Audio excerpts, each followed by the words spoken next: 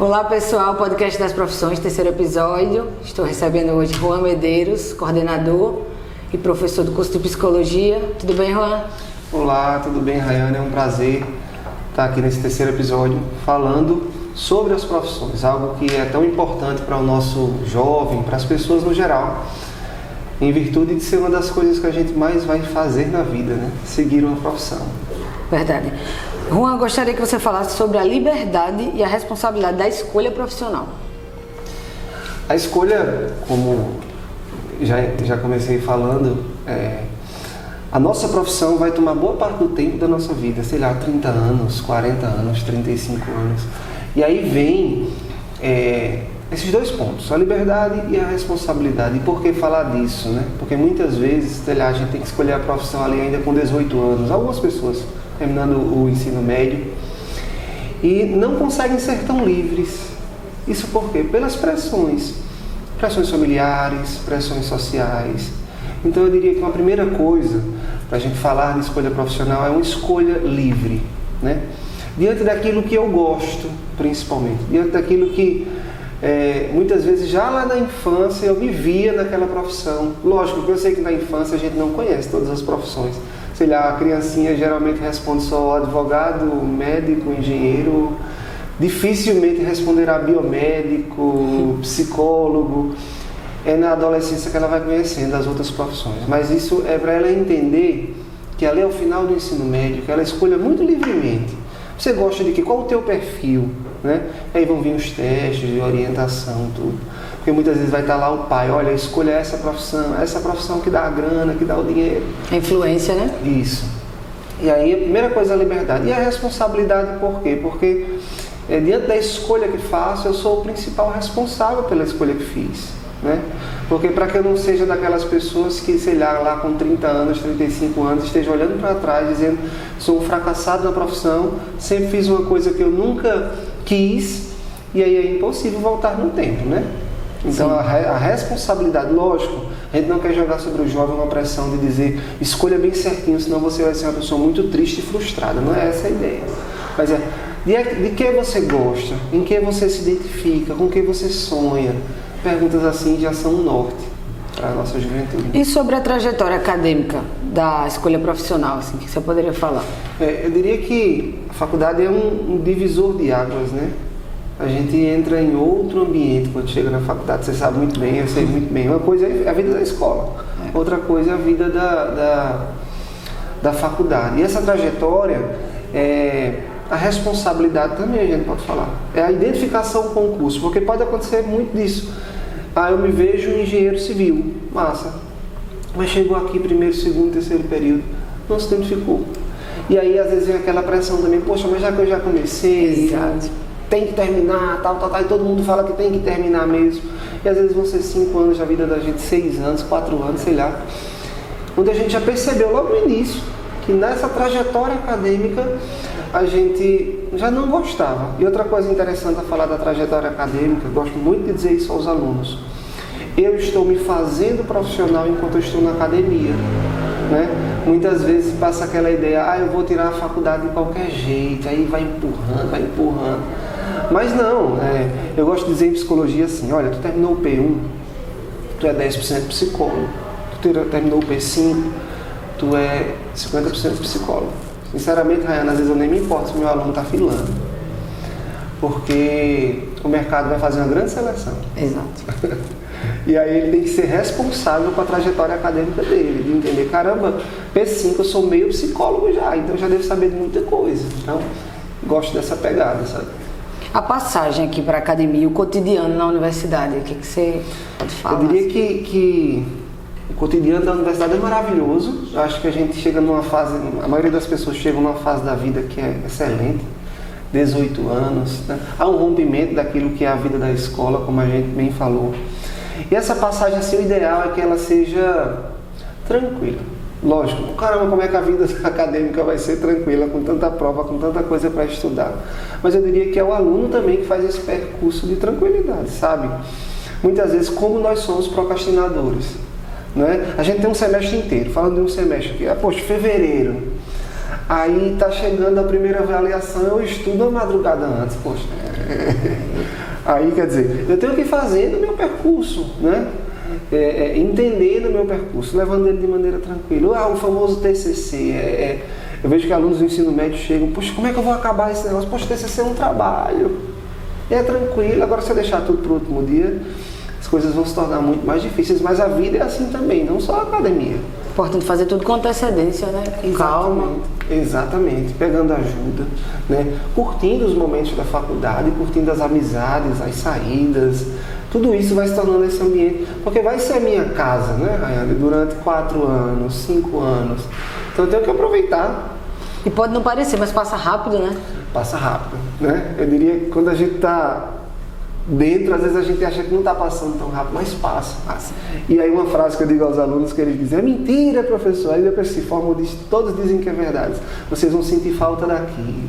Deus me livre, eu nunca vou sentir falta daqui. Mas vai. Dessa amizade, do contato com os professores, com tudo que envolve Vamos ficar marcando reuniões depois. Vamos marcar a reunião da turma, 5 anos de formado, 10 anos de formado. Quer dizer, se fosse tão ruim assim, ninguém ia celebrar algo que foi tão ruim. Então, é algo muito legal. Agora, lógico, é algo que me exige. A exigência da escola é uma, a gente sente isso. Aí parece que a gente dá um loop.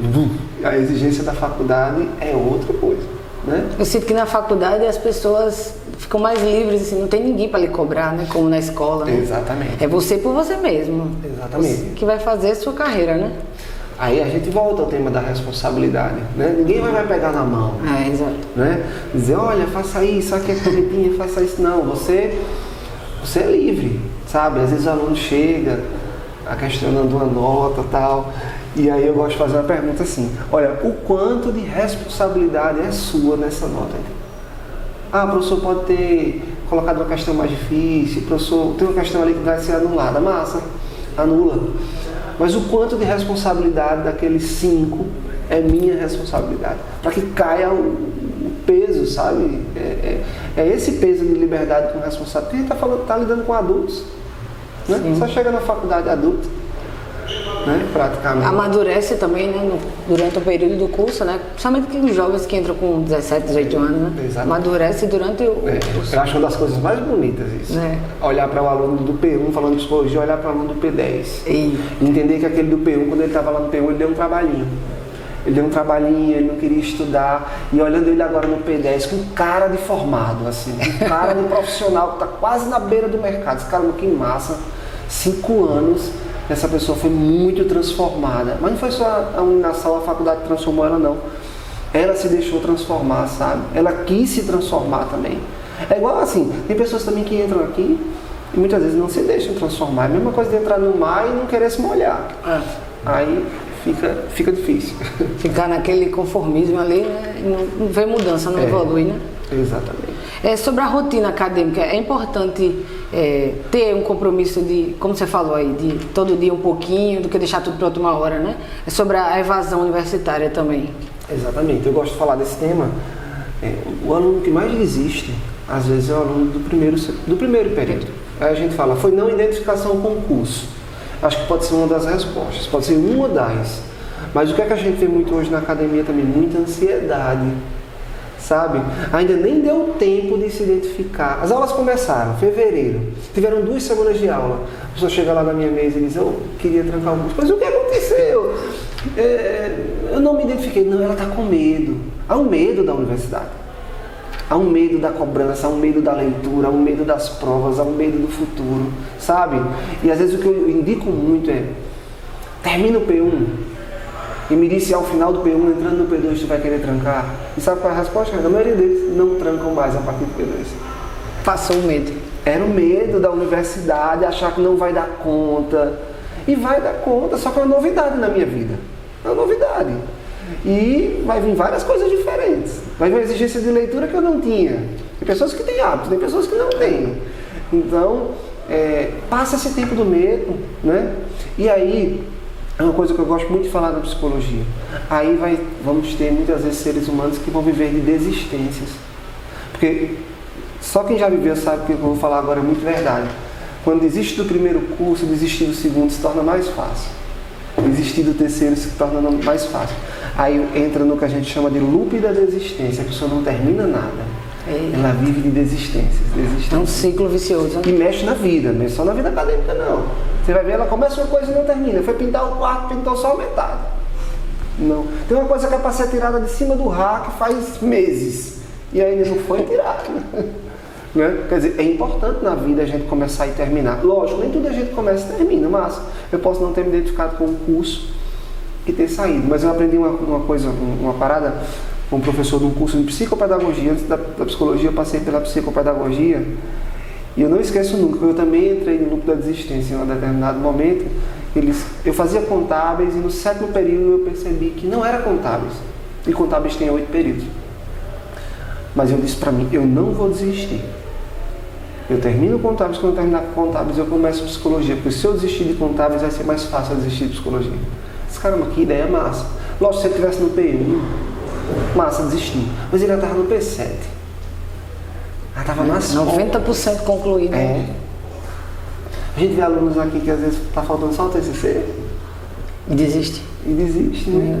O medo do TCC, que não é esse bicho de 7 cabeças de jeito nenhum. Ainda tem um temor muito grande com o TCC, bicho papão, né? Acho que a gente recebeu da galera aí. Eu lembro que quando eu fui fazer o meu, a professora disse, Juan, não esqueço nunca essa conversa, é mais um trabalho na sua vida.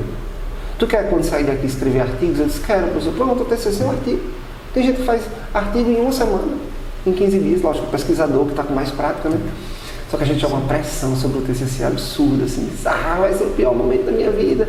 Talvez seja, depende de como a gente vai encarar o momento também, né? Ô Juan, você acha importante, assim, quando o aluno, o jovem, né, não se identifica com o curso mesmo, você falou aí do 7º período, realmente, né, 90% concluído para não desistir, mas se no primeiro período ele concluiu, não gostou, você acha que é bom um recomeço ou vale a pena insistir às vezes? Não, acho que é bom ele repensar. Primeiro período está iniciando, né? Entender, é bom ele entender, né? Nós somos cheios de respostas prontas. Não, já não deu certo. Massa, não estou falando que vai dar certo, mas você consegue entender o que é que não deu certo? O que é que você não gostou em jornalismo? Você terminou o primeiro período. O que é que você não gostou em jornalismo? Porque às vezes a gente desiste das coisas, mas ainda nem sabe por que desiste. Sabe? O que é que te fez desistir? O que é que você não gostou? Eu não gostei de professor A. Então não é concurso. Aí jogou tudo pro curso, né? Acho que foi com o professor. Não, de fato eu não gostei, eu não me identifiquei. Aí é outra situação. Eu entender os pontos, sabe? É igual relacionamento. Quantas pessoas já peguei na clínica também que terminam um relacionamento, aí chegam na clínica, chora, só que você não deveria ter terminado. Por que terminou? Foi um impulso de um dia assim, pum, terminei e depois me arrependi. Pois às vezes na vida retoma algumas atitudes impulsivas também. Sim. Então, o emocional é importante demais, né? Você cuidar todos os dias. Exatamente. Para não tomar decisões erradas e depois voltar atrás também, né? Exatamente. Aí depois, falando de curso superior, aí quer voltar, aí a turma dela já está 1 ano na frente. Aí ela vai se identificar todinho com uma turma que já está entrosada. Aí vai vir uma nova dificuldade. Né? Então, lógico que a gente pode trocar de curso, mas repara por que você não se identificou com aquele, né? Juan, muito obrigada pela sua participação aqui com a gente, para esclarecer as dúvidas. Eu que agradeço e fico à disposição para estar aqui sempre falando. É importante a gente falar, né? Para as pessoas, para os nossos alunos. Parabéns pelo trabalho, parabéns pelo podcast, Uninasal João Pessoa. Acho que é um trabalho maravilhoso. Acompanhei os outros 2 episódios, foi ótimo. Obrigada. Bom, pessoal, esse foi o podcast das profissões aqui na Uninasal João Pessoa. Acompanhe a gente aí que semana que vem tem mais.